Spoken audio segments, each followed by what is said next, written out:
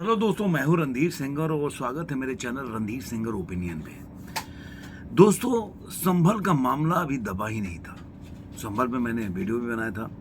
वो मामला अभी दबा नहीं था क्योंकि आप जानते हैं संभल में 4 से 5 आदमी अपने जान गंवा चुके हैं। सबके अपने अपने दावे हैं। पुलिस का कोई और दावा है, जो विपक्षी दल हैं उनके कुछ और दावे हैं, और जो ये बोल रहे हैं कि संभल के जगह पे विष्णु मंदिर था, उस पक्ष के लोग के अलग अलग दावे हैं। इसके बाद अजमेर का मामला आपके सामने आ गया। अब अजमेर का मामला आते ही आप जानते हैं विष्णु गुप्ता करके एक याचिकाकर्ता हैं, उन्होंने अजमेर कोर्ट में एक दायर किया अपना हल्फनामा, और उसमें ये बताया कि मोइनुद्दीन चिश्ती की दरगाह में शिव मंदिर है। और इसके बाद ना अजमेर कोर्ट ने अल्पसंख्यक मामलों के मंत्रालय, दरगाह कमेटी और आर्कियोलॉजिकल सर्वे ऑफ इंडिया को नोटिस भी जारी किया और बताया कि आप अपना पक्ष रखें इस मामले पे। 20 दिसंबर को अगली सुनवाई होगी। ये सब तो मामला आपको बोल सकते हैं कि ये न्यूज की तरह से हो गया कि एक ऑफिशियल मामला हो गया। लेकिन अब इसमें हो क्या रहा है, मैं अपने इस वीडियो में आप लोगों को बताऊंगा कि एक तो क्या क्या आज तक के इतिहास में अजमेर या अजमेर शरीफ दरगाह से जुड़ी हुई क्या कहानियां हैं। कुछ मैंने बहुत पहले, मैं हिस्ट्री में जागरूकता थी मेरी या जिज्ञासा कि मैं पढ़ता था, तो अब मेरे को राइटर का नाम नहीं, पीएन ओक भी हो सकते हैं, सीताराम गोयल भी हो सकते हैं। मैंने काफ़ी बुक्स वगैरह पढ़े, तो जो हिस्ट्री है इसके पीछे वो थोड़ा बताऊंगा। और मैं आप लोगों से ज़रूर आग्रह करूंगा, अगर कोई भी पढ़ा होगा तो ज़रूर मेरे को बताएगा कि राइटर कौन है और कौन क्या है, क्योंकि मैं काफ़ी टाइम पहले की बात है, मैं भूल चुका हूँ। ये मामला अभी आया, लेकिन इसके ऊपर मैंने काफ़ी टाइम मैंने पढ़ाई किया है, स्टडी किया हुआ है, क्योंकि मेरी एक आदत है किसी चीज़ पे निकल के पढ़ाई करना। तो अब ये कहानी यहाँ पे आ गई। अब इस मामले में एक और चीज़ हो गई कि विपक्षी दल, चाहे वो समाजवादी पार्टी के लोग हैं या ओवैसी हैं, अलग अलग बयान कर रहे हैं कि ये जो है मामला, एक तो पहला चीज़ कि 1991 के जो एक बोल सकते हैं कि जो उनका दावा है कि जो अभी तक बोलते रहे कि जो 1991 का जो प्लेसिफिक वर्शिप एक्ट है, उसका वो दावा करके बोलते हैं कि इसके हिसाब से ये सब जो बोल सकते हैं संविधान के खिलाफ है, ये नहीं होना चाहिए। तो ये अलग विषय चल रहा है। लेकिन अब जो विष्णु गुप्ता जो हैं और उनके जो वकील हैं, वो विश्नोई करके हैं, रामस्वरूप विश्नोई, उनका क्या कहना है, उन्होंने एक बहुत पहले, ये आज की नहीं है कि बीजेपी की गवर्नमेंट अभी 2014 से बन गई और उसके बाद ये ऐसे राइटर आने लगे और ऐसे एक बुक से निकलने लगे। ये आप सोचिए, जब भी बीजेपी का एक थिंक टैंक भी नहीं होगा, मतलब कि बीजेपी भारतीय जनता पार्टी बनानी है, उस समय की बात है 1911।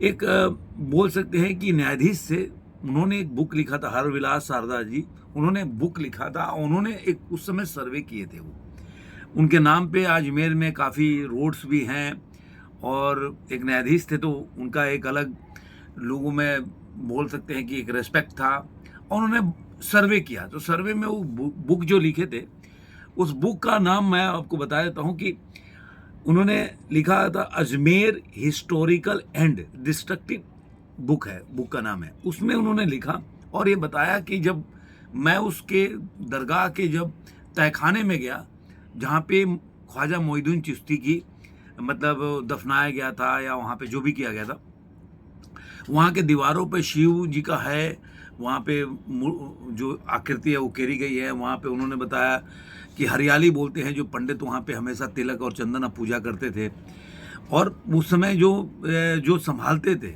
जो दरगाह को, उन लोग के निगरानी में होता था सब। तो उन्होंने ये सब बताया उसको कि मतलब कैसे कैसे वहाँ पे एविडेंस है जो वो एक मंदिर था। अब उसी का हवाला देकर वो जो भी वहाँ जो हिंदू पक्ष के, या बोल सकते हैं कि वो जो मानने वाले हैं कि शिव जी की वहाँ प्रतिमा है या शिव जी का मंदिर है, शिवलिंग है वहाँ पे, वो लोग उन्हीं का पुस्तक का हवाला देके सर्वे का मांग कर रहे हैं। उनका कहना है कि दूध का दूध पानी हो जाना चाहिए। अब इसमें दो सवाल उठते हैं, जो ओवैसी या उनके जैसे लोग बोल रहे हैं, राम कृपाल यादव का मैंने, सॉरी, राम गोपाल यादव, राम गोपाल यादव समाजवादी पार्टी में अखिलेश के चाचा है, उनका मैंने स्टेटमेंट सुना, वो थोड़ा मेरे को अजीब सा लगा। उन्होंने बोला कि इससे ना देश में आग लग सकती है। मतलब वो ये मान रहे हैं कि आज जो भी सच्चाई है उसको नहीं जानना चाहिए। मतलब एक तरह से उनका मानना है, क्योंकि क्यों नहीं जानना चाहिए, तो इससे राइट हो सकता है। क्यों भाई, किसी चीज का सच्चाई जानने से राइट क्यों हो सकता है? अगर मान लीजिए कि आप कहीं बगल में रहते हैं और कोई उसके जमीन पे कब्जा कर लेता है, और कल को मान लीजिए कोई दूसरा जिसके जमीन पर किसी ने कब्जा किया है वो जाके कोर्ट में जाता है, तो कोर्ट को इसलिए उस पर सुनवाई नहीं करना चाहिए कि खून खराबा हो जाएगा। मैं कम्युनिटी की बात नहीं कर रहा हूं, दो व्यक्तियों की बात कर रहा हूं यहाँ पे। मतलब ये मानने को तैयार हैं कि भाई राइट हो सकता है अगर इसका, इसलिए मैं नहीं चाहता कि सर्वे हो, चाहे ज्ञान वापी में सर्वे हो, चाहे वो आपने देखा होगा भोजशाला था वहाँ का सर्वे हो।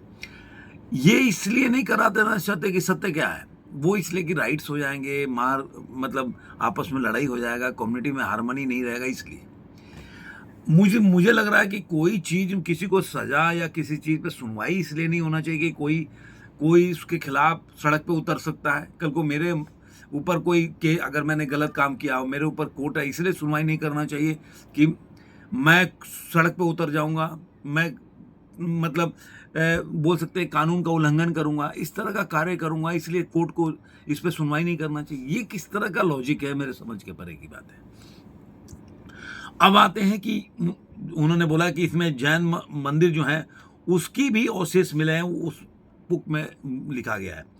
उसमें यह भी लिखा है कि 75 फीट ऊंचे बुलंद दरवाजे के निर्माण में मंदिर के मलबे के तत्वों का भी वर्णन है, ये भी उन्होंने इसमें लिखा है। तो इस तरह से उन्होंने अपने अपने दावे किए हैं, और इसी को लेकर कोर्ट में जो विष्णु गुप्ता गए और उन्होंने अपना याचिका दायर किया, जिसमें से ये कोर्ट का ये। अब इस पर रामगोपाल वर्मा एक और बात बोल रहे हैं कि भाई जो निचली अदालत के जो जज हैं वो चाहते हैं कि देश में ऐसे क्लैश हो और लोगों में मतलब क्लैश बढ़े, उनके कहने का मतलब है। तो मतलब वो मान के चल रहे हैं कि मतलब देश की जो अदालत है, निचली अदालत है, वो पाक साफ नहीं है, या तो पाक साफ नहीं है या वो चाहती है कि कम्युनल हार्मनी खराब हो, उनकी इंटेंशन है, ऐसा वो बोल रहे थे। तो मैं एक बता दूं उनके लाइटर नोट में कि 80% का जो कोर्ट है, क्रिमिनल केसेज जो है, कोई भी केसेज होते हैं, वो निचली अदालत में ही जाता है।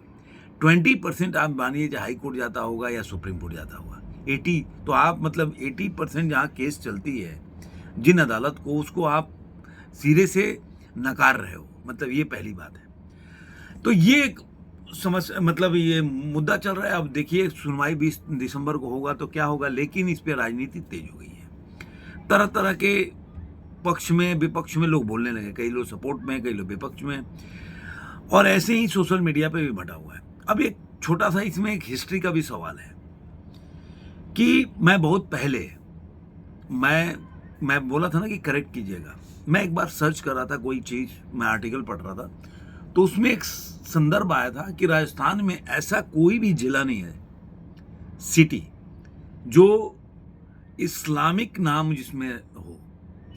मैंने काफी रिसर्च किया, मुझे नहीं मिला। अजमेर पे आके रुक गए। तो अजमेर के बारे में पढ़ा, क्योंकि अजमेर शरीफ, तो उसका कहानी ऐसा है कि पृथ्वीराज चौहान के जो पूर्वज थे उनके नाम पे अजमेरू के हिसाब से पढ़ा, उनके राजा लोग के नाम पे पढ़ा। अब आते हैं कि ख्वाजा मोइनुद्दीन चिश्ती का क्या है। ये भी दलील दिया जाता है कि प्रधानमंत्री मोदी वहां पे चादर चढ़ाते हैं, तो प्रधानमंत्री मतलब मोदी जहां पे चादर चढ़ाएंगे, इसका मतलब ये सही हो गया। तो और कोर्ट को अगर मानते हो तो फिर राम मंदिर में भी कोर्ट को मानना चाहिए। फिर प्रधानमंत्री को इतना आप तवज्जो दे रहे हो कि वो चादर चढ़ाते तो सही होगा, तो फिर तो प्रधानमंत्री जो बोले उसको मानना चाहिए। तो अपने सहूलियत से किसी चीज को मानना और नहीं मानना, ये एक तरह का अलग तरह का ट्रेंड चल गया है। अब आते हैं ख्वाजा मोइनुद्दीन चिश्ती।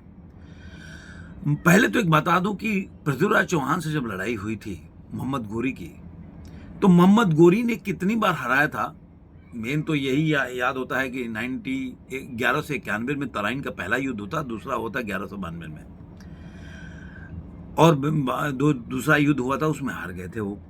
लेकिन उसके पहले जितनी भी लड़ाइयाँ हुई थी किसी से भी वो कभी नहीं हारे। लेकिन आप देखिए वामपंथी इतिहासकारों का एक जो कुनबा इतिहासकार, आप सोचिए कि भारत के पहले शिक्षा मंत्री कौन थे। आपको तब पता चलेगा कि आखिर ये वामपंथियों का वर्चस्व कैसे हो गया शिक्षा तंत्र पे। जो बोलते हैं ना, कश्मीर फाइल्स में एक डायलॉग था कि देखिए सरकार तुम्हारी है, सिस्टम हमारा है। आप जाकर देखिए कि कभी भी जो हिंदू धर्म से जुड़ा हुआ जो मूवी होगा उसमें उसको डिमीन करके दिखाया जाएगा उनकी संस्कृति को। क्यों? आज बीजेपी की सरकार है, लोग बोलते हैं ऐसा नहीं बनाना चाहिए। आप जाके देखिए कि कैसे किस तरह के लोग उस समय के राइटर एसोसिएशन में कैसे पदासीन थे, कौन कौन लोग थे जो 1960 के दशक में बैठाया गया था। आपको तब पता चलेगा कि कैसे वहां पे एक एक करके ऐसे लोगों को आगे बढ़ाया गया जो वामपंथी विचारधारा या हिंदू जो जो आइडियोलॉजी है उसके खिलाफ रहते थे, और वो लोग धीरे धीरे ऐसे लोगों को प्रमोट करते गए जो एक सिलसिलेवार बन गया, जो आज तक वही चल रहा है। आप चाहिए वो एक अलग डिबेट हो जाएगा, वो अलग मुद्दा हो जाएगा जिसमें मैं नहीं बात करना चाहता अभी, क्योंकि मुद्दे भटक जाते हैं। तो इसी तरह जो शिक्षा मंत्री थे, तो उन्होंने किस तरह से शिक्षा का बेड़ा गर्क किया और कैसे कैसे वामपंथियों को डाल के पूरे शिक्षा तंत्र को, मतलब भारतीय संस्कृति को डिमीन करने के लिए इस तरह बनाया गया कि भारत में कोई योद्धा ही नहीं पैदा हुआ है और भारत में कोई मोनामेंट भी नहीं हुआ है। आप सोचिए, एक छोटा सा सवाल आपके पास छोड़ के जाता हूं, एक क्या दो। पहला सवाल यह है कि इस्लामिक आक्रांता जो भी अरब से आए, आप उठा के देखिए, इन्हीं के हिसाब से चलते हैं कि ये लोग बोलते हैं 1000 साल तक उन्होंने शासन किया। ठीक है, मुझे लग रहा है मोहम्मद बिन कासिम 712 ईस्वी में पहला अटैक किया था, उसके पहले दाहिर वगैरह से लड़ाई हुआ था।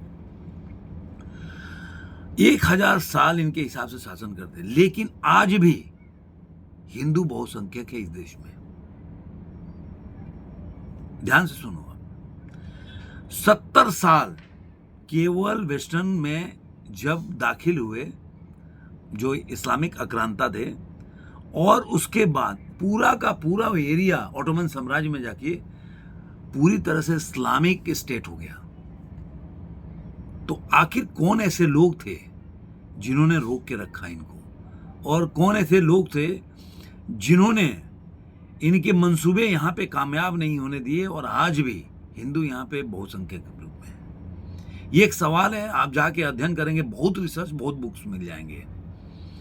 मैं एक लाइन में बोला आपके पास छोड़ के जाता हूं कि आप इस पे रिसर्च करना कि 70 साल में जो वेस्टर्न है वो कन्वर्टेड हो गया, लेकिन भारत क्यों नहीं कन्वर्जन हो पाया इस तरह से, आज भी हिंदू बहुसंख्यक क्यों है।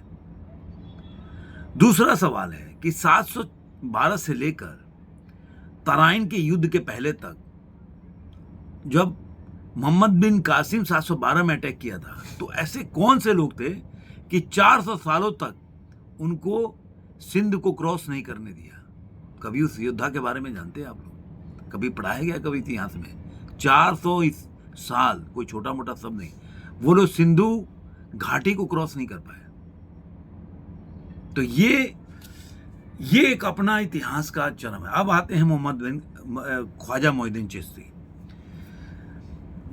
ये राजस्थान के कोई शर्मा जी भी हैं, उन्होंने भी इस पे लिखा। मैं राम स्वरूप शर्मा, मेरे को पूरा नाम याद नहीं आ रहा, आप लोग थोड़ा रिसर्च कीजिएगा।